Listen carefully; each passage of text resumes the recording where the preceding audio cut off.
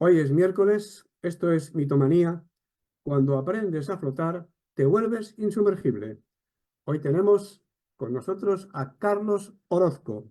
Carlos Orozco es músico, entre otras faltas, porque da la sensación de que cuando alguien tiene una actividad cultural, se suele decir aquello de no es mal chico, pero es poeta, o no es mal chico, pero es músico, no es mal chico, pero se dedica al... Bueno, pues sí, aquí tenemos a Carlos Orozco. Carlos, ¿cómo estás? Buenos días. Pues bueno, bien, ahora empezando, retomando la música y me encuentro a gusto, claro. Haciendo lo que estoy haciendo, pues me siento satisfecho, que es lo importante. Pues ciertamente sí, porque hay muy pocas personas que estén, como diríamos, que estén no satisfechas ya, sino incluso contentas con la actividad que llevan. No te queda a veces mucho más remedio que hacer aquello que te dejan hacer en ese momento y no lo que te gustaría hacer. ¿Tú estás haciendo lo que te gusta ahora? Estoy haciendo lo que me gusta, que no queda exento de dificultades, porque hay muchas trabas en esto, no todo es lo bonito que me parece y demás. Yo estoy empezando ahora, tras un parón de casi 30 años, Uf, casi 30 años se dice pronto, y claro, me he encontrado este mundo completamente cambiado. Lo he visto como espectador, porque siempre he sido muy aficionado a la música, ujú. lo he seguido muy de cerca. Cuando yo he querido, he dicho, oye, pues voy a hacer algo. Eh, Esto no es como eran los 80 o los 90, Carlos, ha cambiado mucho, ¿tú te has sentido hundido alguna vez? por supuesto. ¿Nos puedes Algo, contar? ¿Qué pasó? bueno, pues esto para decir esto es difícil, ¿eh? Yo, cuando era joven, estuve enganchado a la heroína. Pues fui de lo que caí a ese mundo. Y bueno, no he sido de los que peor he estado, ¿eh? En esas circunstancias. He tenido problemas legales, no he delinquido nunca, no he robado, porque he visto gente en esas circunstancias. No deja de ser una enfermedad, pero hay momentos pues que todo se arrastra. Te ves en un mundo del que no puedes salir. Y siempre que te tienes enganchado a una droga, al final hay más alrededor, más sustancias, más destrucción alrededor. Haces daño a, a las personas que te quieres, a las personas que te quieren y demás. Y te impide además vivir y hacer lo que quieres, además. Te quita toda la motivación y piensas que no puedes salir, ¿eh? Pero, pero al final se sale. Es querer salir.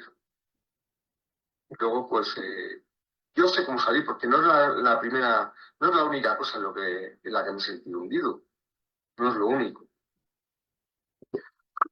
¿Cómo te apoyas para poder salir adelante, para poder, es decir, emerger otra vez y salir del bache? ¿Con qué te apoyas? Pues mira, eh, una de las cosas en las que te apoyas al final, porque muchas veces, por mucho que quieran decir, hay gente que te apoya y demás, hay gente que...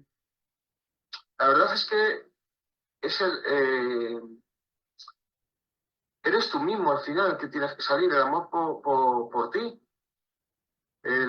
Porque te pueden decir, te pueden ayudar. Yo estuve en varios sitios, para varios programas para salir. De hecho terminé trabajando al final estudié eh, como integrador social para ayudar a gente al final.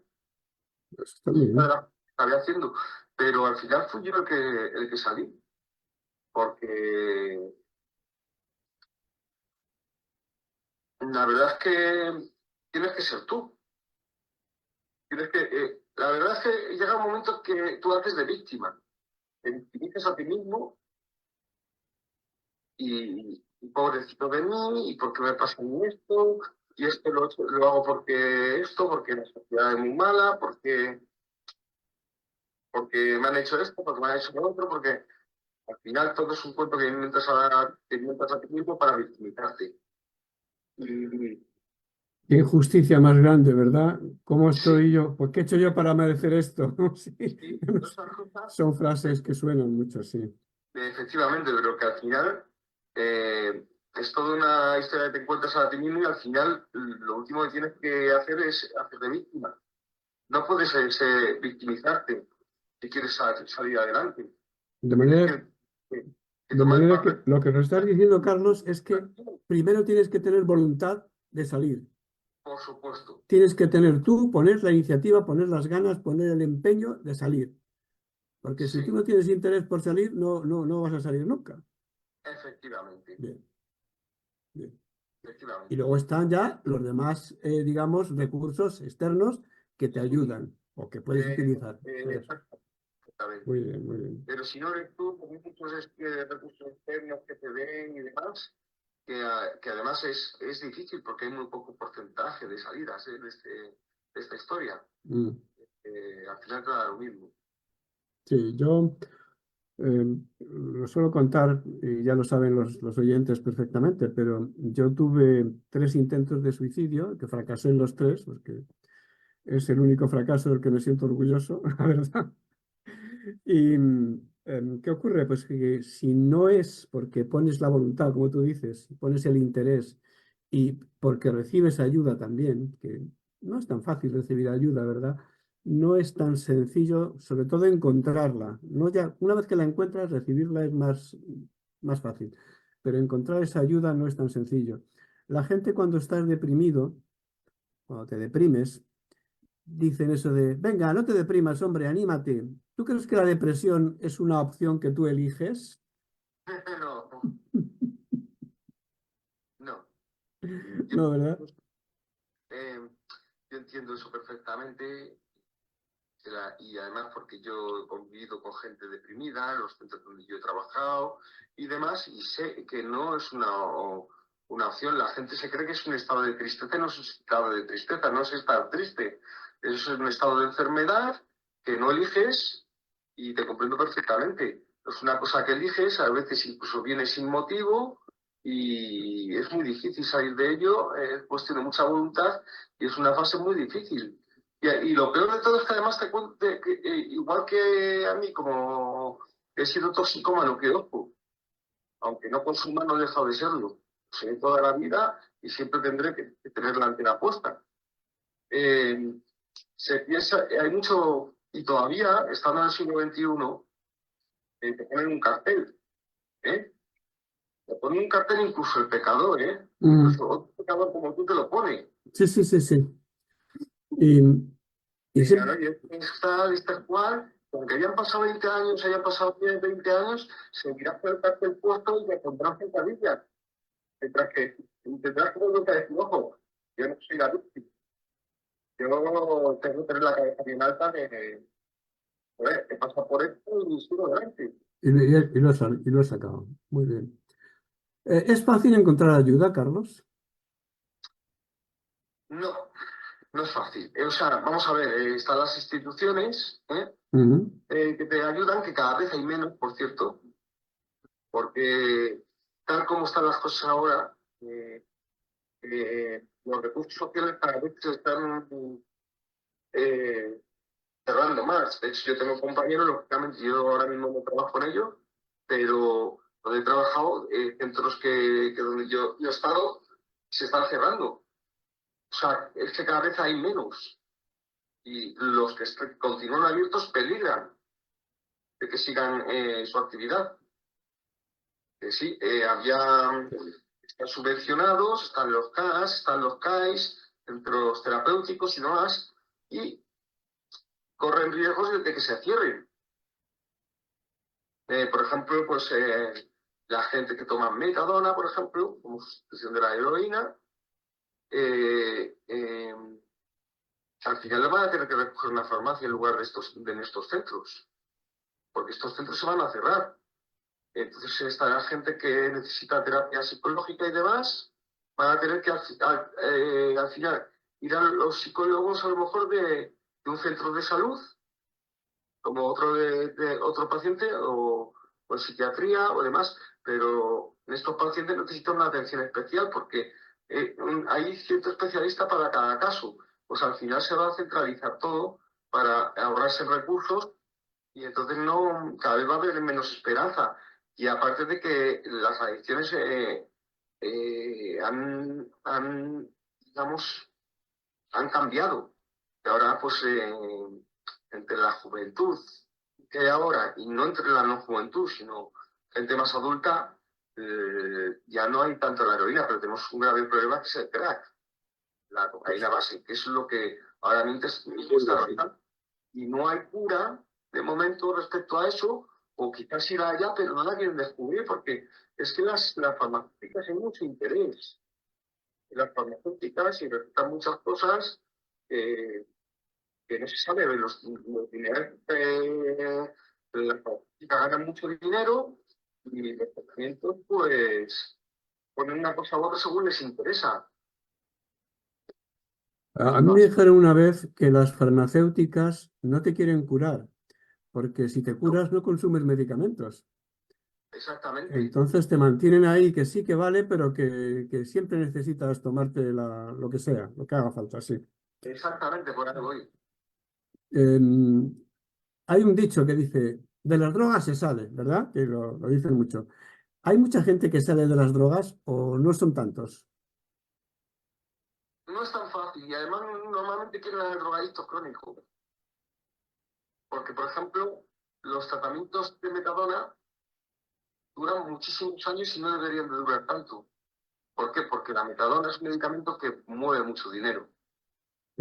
No es, aunque lo paguemos todos los españoles, ese tratamiento, que además lo pagamos todos los españoles, pues tenemos ahí un adicto que está consumiendo metadona, ya no es drogadicto, digamos, o sea, ya no hace mal a la sociedad, pero está consumiendo un medicamento que no es beneficioso para el coco, para el cerebro, ni para el cuerpo, que además es más perjudicial incluso que la propia heroína, ¿eh? Porque si te vas a otros países de Europa, además, los tratamientos que nos hacen con otros opiáceos que no son heroína, están más avanzados. Y aquí se está dando metadona, aquí se están empezando a sustituir ya la metadona por otros fármacos, pero porque ya interesan a las farmacéuticas. ¿Eh? Pero realmente en otros países se estaban haciendo de otra manera. Madre mía. Es interesante porque yo he estado trabajando en estos centros y yo lo he visto. Yo he conocido, cuando he vivido en muchos sitios, tengo muchos años ya, y cuando yo vivía en Toledo conocíamos a un compañero, un chaval, maravillosa persona, pero que cayó en esto. Y cayó y no había manera. Y finalmente, con una sobredosis, desapareció. ¿Sabe lo que dijo su madre? Menos mal, ya hemos dejado de sufrir los dos. Eso fue el comentario de su madre, que nos quedamos todos, pero señora, no os podéis imaginar. ¿Cómo ve la familia este problema, Carlos? Bueno, pues la familia, ya te voy a decir una cosa, para la familia es muy difícil, porque ¿sabes qué ocurre? Que uno de los problemas que hay es que yo, por ejemplo, llevo años ya fuera de este problema, llevo muchos años, pero recuperar la confianza de la familia cuesta mucho trabajo, ¿sabes? Porque, claro, es un sufrimiento para la familia y luego depende de la familia también, porque la familia es un mundo, Claro, pues familias más cerradas que otras. sí, La familia siempre va a sufrir porque la persona que tiene este problema, ¿no? Eh, ver que su hijo se está destrozando, pues cierto. claro, la familia que queda a su hijo. Pero luego hay familias que luego son un poco más duras, digamos, ¿no? Respecto a este tema. Entonces, a lo mejor tienen ciertos problemas sociales de que lo ven, aparte de que ya no es que es la enfermedad de que tenga su hijo, sino que encima, digamos que son una ideología un poco más de extrema derecha, por ejemplo, Sí, Y es una vergüenza para la familia. Ya no es la preocupación de tu hijo, es que lo echan fuera de casa automáticamente. Aunque no haya tomado nada, ni haya hecho nada, es que es una vergüenza para la familia fuera de casa. Eso es otro problema, pues. Porque entonces, claro, sin apoyo para poder salir de la enfermedad sin ninguna posibilidad. Entonces, porque hay, por ejemplo, hay familias que han aguantado hijos que les han robado la televisión, que les han robado todo, y entonces esas sí, familias sí que para hacer pelas, sí. sí, esas familias sí que han sufrido de verdad, ¿eh? Claro, pues menos mal que ha pasado esto, se acabó el sufrimiento, como dices tú, ¿sabes? Pero otras familias hay cosas que no han tenido que aguantar, porque directamente, como te estoy contando, yo sé familias que no han tenido que aguantar directamente desde el primer momento por ideología, los han largado. Sí, sí, un garbanzo negro. Me contaron una vez también que cuando hay gente que se desintoxica o va a uno de estos proyectos en los que de alguna manera les limpian y tal, y cuando vuelven a casa, de haber pasado 3, 6, los meses que sean en una cura infinita, eh, les dan una dosis gratuita. Toma, no te preocupes y tal, no, si es que has sido buen cliente, no hace falta que me lo pagues, para volverles a enganchar. Por supuesto, Esto es así, ¿verdad? esto es así. Esto, cuando estás desenganchado, todo el mundo parece que te quiere invitar. Sí. No, no, y el otro yonki que no se quiere ver solo y cosas de esas, sí, sí. Eso tienes que estar muy mentalizado para saber decir que no, ¿sabes? Esto yo lo he vivido y en muchos sitios del arte pues ocurren estas cosas también, ¿sabes? Porque gracias a Dios, como en los 80 hubo este boom en el arte, aunque se relacione mucho el mundo del arte con el mundo de las drogas, eso no es verdad, ¿eh? Eh, la gente se imagina cosas que en los 80 serían así, ¿sabes? Pero hoy, gracias a Dios, digamos que en el mundo de la música, eh, la gente está ya muy quemada de las drogas y todo eso. Y lo que han visto, las pérdidas que han tenido y todo eso. Pues, que, por ejemplo, si yo te visto hace muchos años, y todavía está vigente, porque gracias, luego pues pasamos años al servicio y encima trabajando para un trabajo con instituciones y todavía hay gente que no se cree, ¿eh? Que estoy limpio, yo tengo mis dientes, o sea, tengo 50 años, no lo parezca, y tengo mi dentadura, o sea, tengo la suerte de tener buena genética también, porque normalmente lo primero que les pasa a los yonkis, por decirlo de alguna manera, a los toxicómanos, Sí, sí. es que nos despertamos. Yo, por ejemplo, tengo suerte, ¿A ti también te ha ayudado la música en esto? muchísimo, muchísimo. Yo, por ejemplo, eh, digamos que cuando sufrí este problema, aparte de que he sufrido otros hundimientos, aparte de la toxicomanía, eh, que si me das tiempo hablaré de ello, eh, pues la música me ha ayudado mucho, ya como aficionado a la música, bueno, porque yo cuando hice música de primeras, yo cuando era muy joven, empecé con la música, yo he tenido una educación musical, porque mi tío, para empezar, era un pianista muy famoso dentro de la música clásica, era muy conocido. Eh, bueno, fue considerado uno de los pianistas más famosos del mundo, se llama Rafael Orozco, y yo fui al conservatorio, muy pequeño, al conservatorio de música. A mí me hubiera gustado ir a otro lado, por ejemplo, al conservatorio, porque a mí me gustaba hacer rock. Pero bueno, esto es lo que en mi familia pues se obligaba un poco, ¿no? Pero a mí no me vino nada bien el apellido. Se piensa que el apellido o esas cosas te ayuda, pues no. A mí me decían, mi tío era un genio, me decían, no, es que tienes que ser como un tío, me lo decía el profesor del conservatorio y me exigía tanto, tanto, tanto, tanto, yo no sé, aguanté 3 años que yo mismo salí escapando. Yo era demasiado niño, yo salí escapando del conservatorio. Yo no sé ni cómo conseguí aguantar 3 años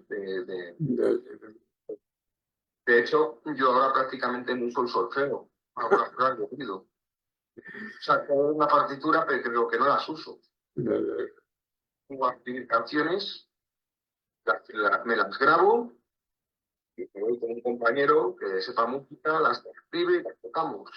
Yo tenía un profesor de música en mi juventud que nos hacía aprender las partituras al revés, porque decía que había mucha gente que plagiaba una canción, una sinfonía, da igual, o una ópera, cogiendo la partitura y dándole la vuelta y haciendo creer que era original.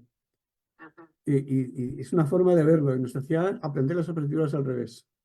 Sol, la, sol, fa, mi, re, mi, fa, sol, mi, do, mi, sol, fa, mi, re, mi, fa, sol, la, sol, lo hacía. Y siempre, siempre, siempre, al revés y al derecho, al revés y al derecho, siempre, siempre. Nos la pasábamos pipa con eso. Adivino por ahí a tu costado, me parece que es una guitarra. Ah, sí, esta es una de las guitarras que uso, sí. Pues, ¿nos puedes hacer una demostración práctica de esos años Está sorda, está sorda, está sorda. No sé si está afinada.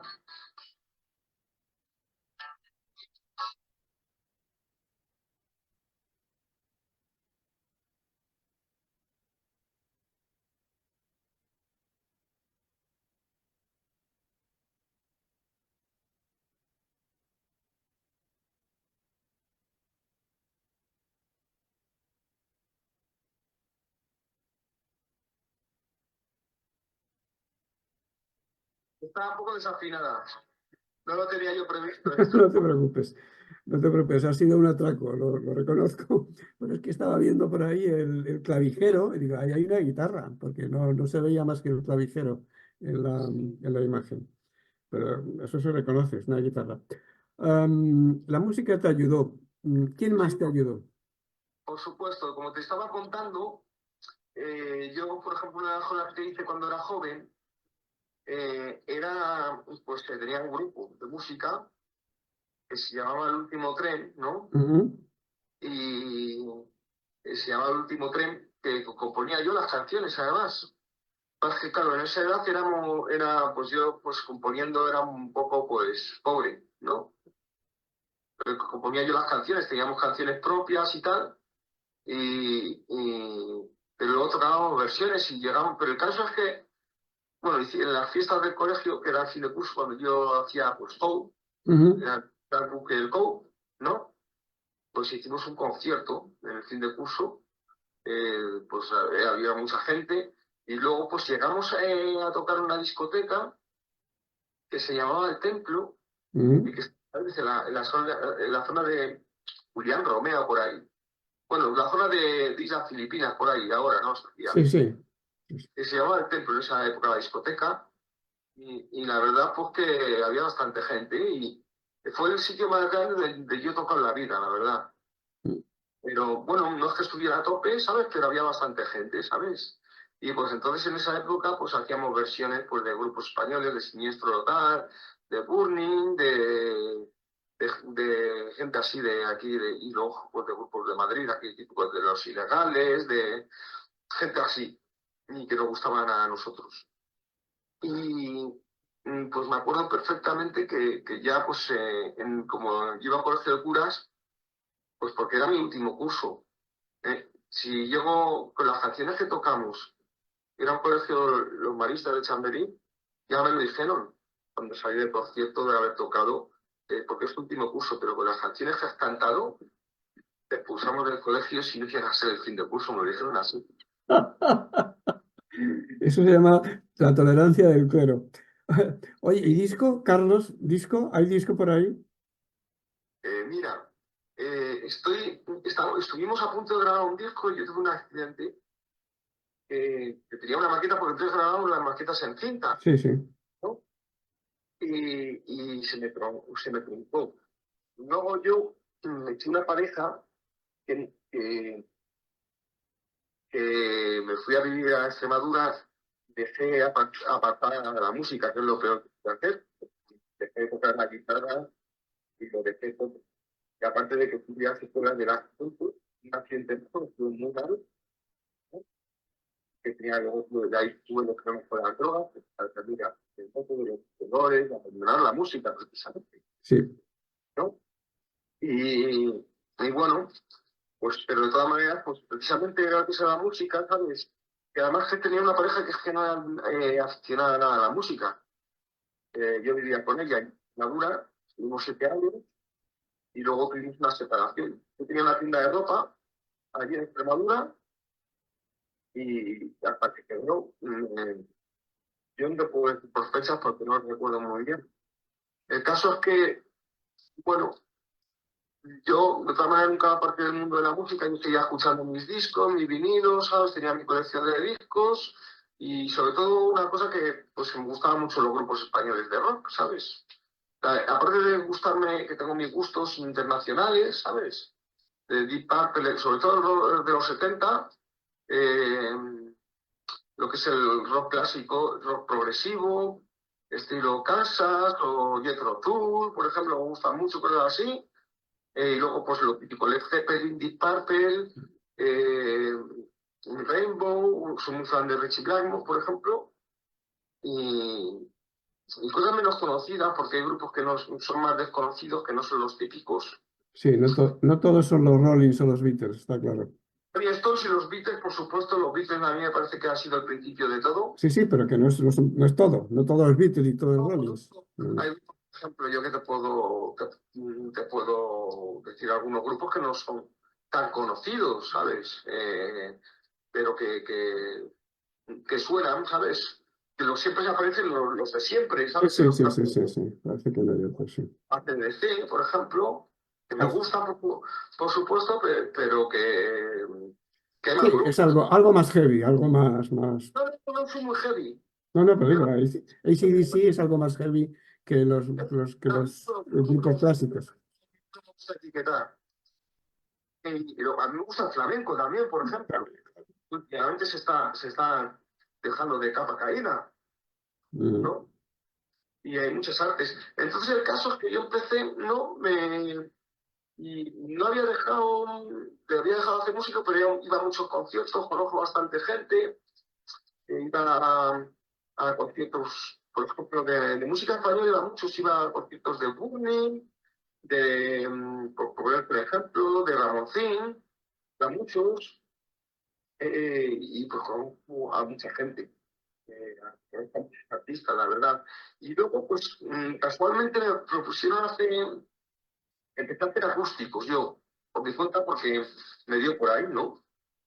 Haciendo versiones en algunos pueblos y a tocar en bodas en bautizos, porque empecé a tocar. La verdad es que hace unos años ya me quiero tocar ¿sabes? Un amigo mío tocar, que al final nos fuimos amigos, allá en Paraná, que era guitarrista de La Guardia en ese momento, y la verdad es que me enamoró la forma que tenía de tocar, el tío. Y al final nos hicimos amigos. Viéndole tocar, dijo, se podría tocar una guitarra me iba a poner a tocar. Y claro, lógicamente, y después de tantos años sin tocar, sí, pues no sabía ni tocar. pero eso es normal, Carlos. Nos quedan ya 2 minutos para terminar. En Bueno, estos, bueno, al final me veo grabando un single ahora, un disco y un videoclip. pues Y claro, mira, voy a grabar un LP y me veo, pues mira, con este single, que le da el brillo, le da el brillo, mueve. con la portada y todo, por falta de dinero me puse yo a hacerlo Sí, y vale. ahí está. Bien, pues vamos a hacer una cosa. En el minuto que nos queda, ¿qué consejo le darías a las personas que están en la situación por la que tú has pasado para que puedan salir a flote? Pues yo les daría el consejo de que, sobre todo, que no sean víctimas, que tomen el volante de sus vidas y que si quieren, pueden. Querer es poder, pero no es fácil. Pero hay que ser muy valiente, que los protagonistas de su vida son ellos mismos sobre todo, más que nada, y que querer es poder. Por Querer es supuesto, poder, pero no siempre es poder, la verdad, porque muchas veces no depende de uno mismo, pero que tienen que ser conscientes, sobre todo que no sean víctimas. por supuesto, por supuesto. Carlos, un testimonio valiente, un testimonio además veraz y descarnado y crudo. Parece ser que hay mucho tabú para hablar de este tipo de cosas, eso de hablar de drogas, hablar de drogadicción, hablar de estar sujeto a una sustancia dopante o una sustancia, bueno, que en realidad anula un poco la personalidad de las víctimas de la droga. Y ahí tenemos un testimonio que nos dice que se puede salir, que es verdad que se puede salir y que simplemente no hay que victimizarse. Ay, Dios mío, ¿por qué me ha tocado a mí esto? No, hay que poner voluntad, hay que poner ganas y hay que hacer todo lo que esté en nuestra mano para salir a flote. ¿Es así, Carlos? Así es. Pues así se lo hemos contado y así lo hemos vivido. Carlos, muchísimas gracias por tu testimonio y espero tenerte pronto en el programa, en breve, para que ese disco, esa maqueta, ese single que tienes ahí en las manos, lo podamos dar la difusión que se merece. Muchas gracias, Ángel. Gracias a ti, Carlos.